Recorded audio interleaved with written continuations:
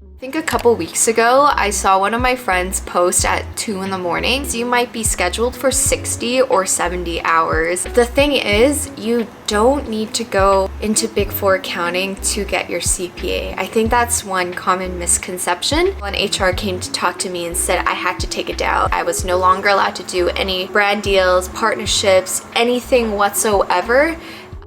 What's up, you guys? Welcome back to another video. Today we're having our little coffee chat, and as you can tell by the title of this video, I'll be diving into why I left Big Four accounting and what I'm up to now. A bit of an intro. My name is Kat. I've been making videos for a few years now, starting from the time I was in university. I'm currently in Toronto, but I was not originally from here. I was born and raised in Vancouver, went to school at UBC, studied accounting and global supply chain. I did a couple of internships here and there and ended up starting full-time in the assurance practice at one of the Big Four accounting firms here in Toronto. Before I go into the juicy parts of this video, I do want to put out a disclaimer. The intention of this video is to share my personal experience working at a Big Four firm and my personal reasons why I left. Purpose of this video is not to defame or maliciously attack any of the Big Four firms. I had a pretty good experience there and left on cordial terms with the firm. I'm also still in close contact with a lot of my friends and my mentors there, and so all in all, I just wanted to create this video for transparency because some of you guys still think I work at Big Four, and that's not true, but I also wanted to be open about why I left for those that are curious. So anyways, let's dive right back into this video. In this first part of this video, I want to rewind and go back on a little memory trip lane and talk about my journey and how I ended up in Big Four. Because again, there are people still curious about how to get into Big Four, and I don't want to be a gatekeeper to that. So let me just share my experience. Fast forward to university, it was second year. I was club hopping, sorry, not the party club hopping, but school club hopping. So I went to the, I think, UBC Accounting Club, saw that they had some case competitions that were sponsored by like KPMG, EY, PwC, Deloitte, and some of my friends, they really wanted to pursue accounting, and so they asked me to be on their case competition teams. And for me, it was really a social thing, and so I did join. We ended up winning, and they flew us out to Toronto in second year, which was super cool, and that was a whole networking experience. We got to meet the Toronto head HR recruiting team. We flew out with the Vancouver HR team and just built some meaningful connections there. From that point on, they gave us offer letters if we were interested in pursuing accounting from second year onwards. I didn't know if I liked accounting, but I accepted the offer because it gave me a job opportunity in my third year summer. Kind of kickstarted my entryway into Big Four accounting. Fast forward to my first internship, it was COVID. I only worked 2 months because it was a weird COVID year. I felt like the 2 months was not enough for me to determine whether I liked this profession or not. And I was just starting to figure out what kind of courses I liked, and so I decided to return for my fourth year summer. And that summer, I got some big exposure to some larger files, working a lot, considering that summer is usually not as busy. But anyways, here I was working pretty late, but I built some really cool connections with my seniors. Ended up really liking the culture, or I liked that the partner and the managers were giving me more work because it gave me a sense that they trusted me. That kind of fed my confidence. I wasn't ready to go back to school, so then I asked to switch and do a rotation in technology risk advisory, a glorified version of IT audit. And I did that for a busy season, and I did not like it. Just the nature of the work, it was not for me. I'm not passionate about IT systems, and I then asked to go back to assurance, which is financial statement auditing, for my full-time role. And at that same time, I was really loving my accounting courses. I was TAing for several courses during my undergrad: managerial accounting, cost accounting, business communications. So just doing a bunch of these things, and it really fed into what I thought was my interest and passion for accounting. So there I was thinking that accounting was probably the path for me. In my simple black and white mind, that just made sense. Fast forward, I moved to Toronto. I switched offices to work full-time in the assurance practice here, but I specifically siloed into the private division in Toronto.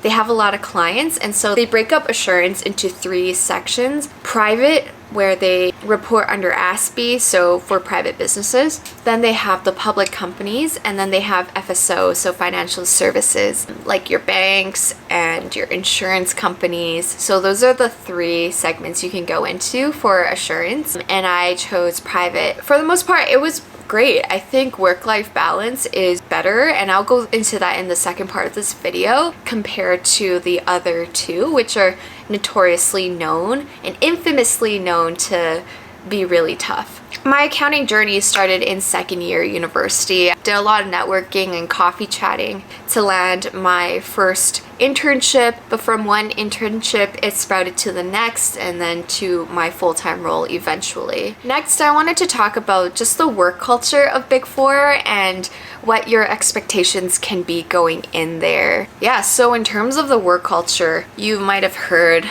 lots of crazy stories, and I can affirm some of them, but I can only really speak about my experience. So when I started full-time, never told exactly how many hours I would work. You're scheduled every week ahead of time on different clients, and your standard work week is 40 hours in the system, and during busy season it's 50 hours. Your responsibility as a staff is to input the actual number of hours that you work. For some in FSO and your public companies, you might be scheduled for 60 or 70 hours. In private, it's not the same because deadlines are a little looser because you're not reporting to the public. There are no shares that are dependent on these financial statements, so you have more time on each file. When you're in office, it's pretty standard to still see people at 8 p.m. when you're kind of vamping up to the end of the file, maybe a little bit later. I know friends that do work past 10, sometimes past midnight. Everyone is on, like your manager, your senior manager, your whole team is on deck. They pay for your lunch, they pay for your dinner, but you are working. And I think a couple weeks ago, I saw one of my friends post at 2 in the morning saying to the office, see you in 4 hours. And I just felt for my friend. There's no way I'm staying up till 3 in my current role now. I think work culture in terms of busy season, you can expect a huge range. There are people that are getting off at 6, 7, 8, or 2 in the morning, like my friend.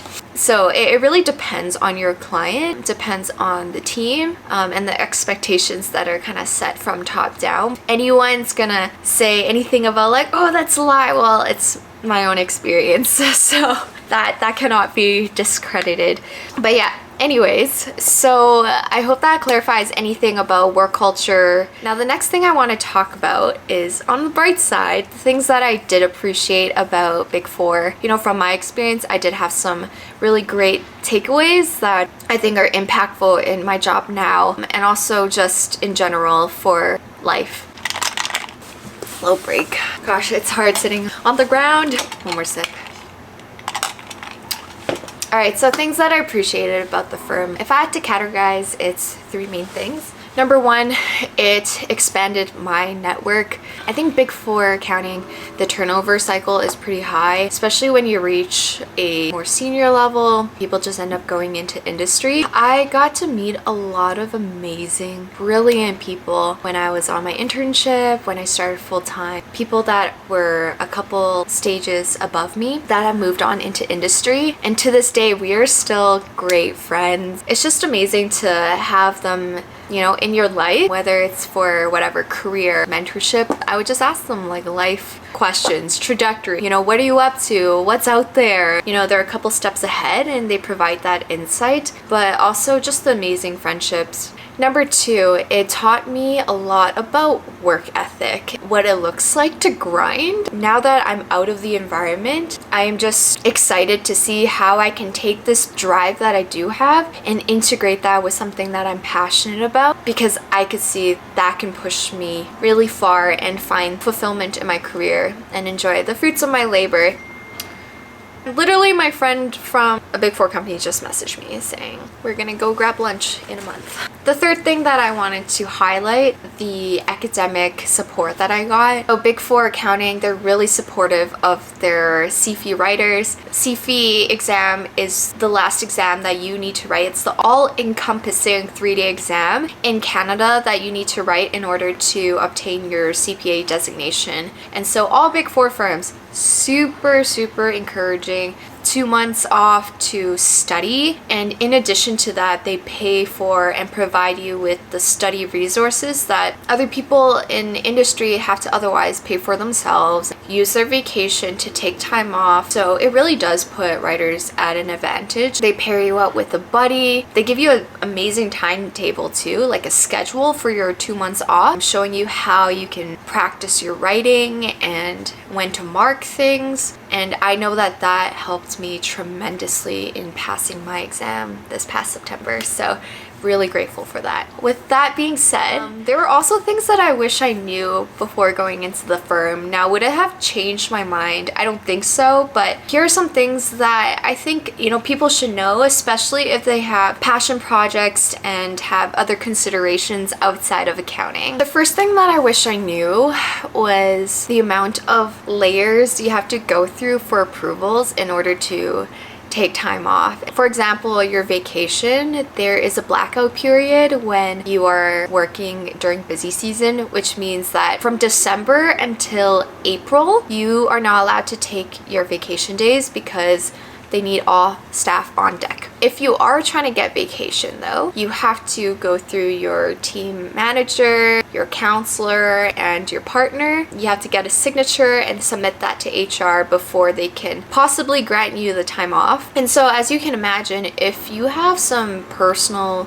reasons why you need to leave and it's not necessarily vacation, you have to go through all the different layers for approval, and it can be very vulnerable, especially if you're going through something personal around busy season time. It's not like you can plan when people get sick or go on bereavement leave. Like, that's just not something you plan for, but then you have to share that all the way up with people that you don't necessarily have a relationship with, and that can be quite vulnerable. And so that was something that, I just wish I kind of knew going in, but had to kind of figure out the hard way. Another area, if you're particularly interested in content creation or you have side gigs, if you were to take work outside of any of the Big Four firms or partnerships, etc., you have to go through some levels of approval and independence checks in order to take these on. Now, from personal experience, during the time that I was working at a Big Four firm, some of my videos, they were starting to pop off and they were gaining traction, and they were all very positive videos. Things like day in my life working in accounting.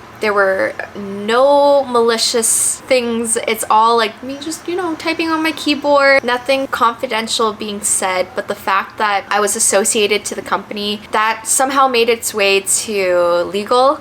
And then legal and HR came to talk to me and said I had to take it down. I was no longer allowed to do any brand deals, partnerships, anything whatsoever, unless it was verified through the independence team. And that was a whole other thing. But from their perspective, I now understand that as a public services firm, they have a lot of clients, and independence is crucial. Even if the partnership, the brand that I'm working with, is not a direct client, if their parent company or the investors are somehow related to clientele of the Big Four firm, then there are some independence issues. Obviously, I was not. That somehow made its way to legal. And then legal and HR came to talk to me and said I had to take it down. I was no longer allowed to do any brand deals, partnerships, anything whatsoever. Obviously, I was not big. I'm still not big or anything like that. Everything that I was doing was out of just passion, and there was never any videos about defaming Big Four company. And so from that aspect, it was not an issue, but from their lens it was. And so I just want to put it out there, if you're trying to document your life on TikTok, Instagram, YouTube, you cannot associate yourself to the firm unless you have explicit permission from their legal and HR team. And when I shared that I had a creative passion and I just wanted to share what my life looked like, I wasn't really given much leeway at all. They said, well, there's, if you're not with the firm, like that's you're free to do whatever you want kind of thing. And so I'm like, okay, I know my place here. But they did kind of open up another alleyway. They have a marketing team and you can kind of work with them to create content, but obviously that has to be filtered through their lens. So there's that avenue as well. You know, just a heads up, because I know it's a huge thing for people to want to document their life. I understand that is something that no one talked about, no one really knew about. That was a personal factor why I chose to leave. Being able to create meaningful content and document my life in an authentic way is something that I realized is passionate of mine, and when that was taken away from me, it really affected me in ways that I never knew could. Was more clueless. I didn't really know what to share anymore. I felt kind of silenced, but now that I have the space, I'm leaning back into that, and yeah, this is one step to being transparent and kind of reclaiming that voice again, which I'm really happy about. All right, the last thing that I wanted to mention is if you're a starting staff, there are these things called inventory counts. So inventory counts, very straightforward. You go to a client's site and you count their inventory to make sure it matches to, you know, what they say is in their books as a audit check. Now, most of these inventory checks are done at year end, as in during Christmas time, New Year's. They might staff you on a holiday and you have no way of getting out of it. And I knew some friends that literally did 3 or 4 inventory checks during their holidays. Sure, you get your time in lieu, meaning you can take your time off on other days of the year, but in terms of inventory counts, when you're a starting staff, you have literally no ability to get out of it unless you trade with someone or you're homies with the scheduling manager, but that's not really the case. So now let's get to the tea. Why did I leave Big Four accounting?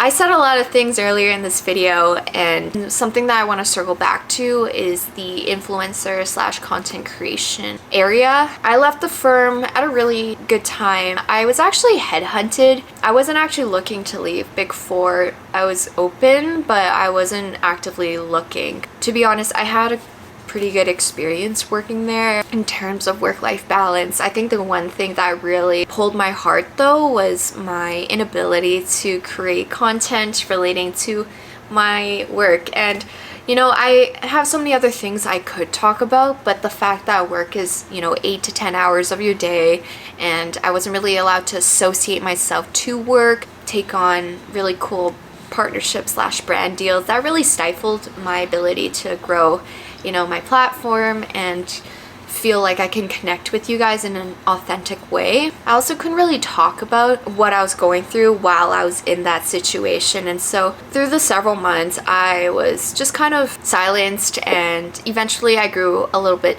numb. But I definitely remember crying when I first found out that I couldn't make content anymore, and I was really angry about it. But yeah, I was kind of numbed out by it around the time that I was headhunted. And now looking back, I'm really grateful that I did step out of that environment, because I realized how important content creation is for my own creativity and my ability to voice myself. That's just one of my outlets, and when that is closed off, then I'm just like, what do I do? Yeah, that is honestly a huge factor. One of the reasons why it made it easier to take that leap of faith into moving into a new role. Another reason why I left the firm, I also recognized that I was able to, you know, satisfy any additional work hours that I needed and continue on with my CPA journey elsewhere. It was really exciting for me to kind of take that step forward, even though I was probably one of the first in my cohort to leave. But I really wanted to prioritize work-life balance and the ability to create meaningful content to share with my family and friends. And I think the third reason ultimately, which ties into the next point, is I left the firm because I also had other opportunities. The fact that I had a job ready for me when I exited was my safety net, and so I would not have left the firm if I didn't have a job, because I wasn't at a point in my career where I'm like, oh man, I am done. I think having that stability and that opportunity for me that hit all my personal requirements and checks, the work that I was going to do, the pay, the benefits, people that I would be working with, all the check boxes for me. And so there was really nothing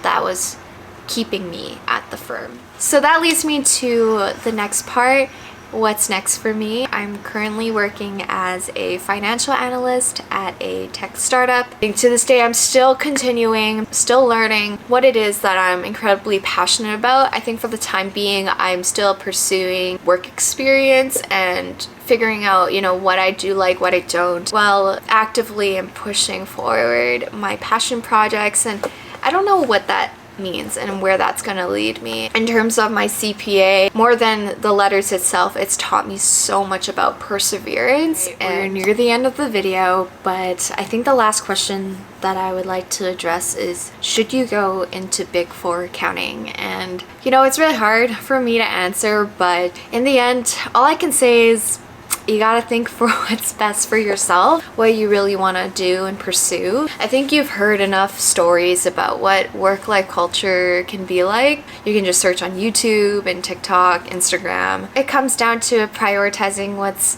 important to you. The thing is, you don't need to go into Big Four accounting to get your CPA. I think that's one common misconception. You can go with the verification route where you work in industry and you just have to document with a CPA mentor. There are a lot of large companies like TELUS, insurance, and banks have specific programs, rotational programs, to help you get that exposure. So I would highly recommend that if you're not interested in the Big Four life. But I would say, on the other hand, the Big Four, what they're really great for is their study resources, their instructors, the paid time off. They even give you unpaid time off, so you can take up to like 2.5, 3 months off to study for your exam. That's something that not every company can offer. For my experience, it was very much worthwhile for me. Just going back to the things that I appreciated, the relationships that I got to build, the education and the support that I got through my studies. And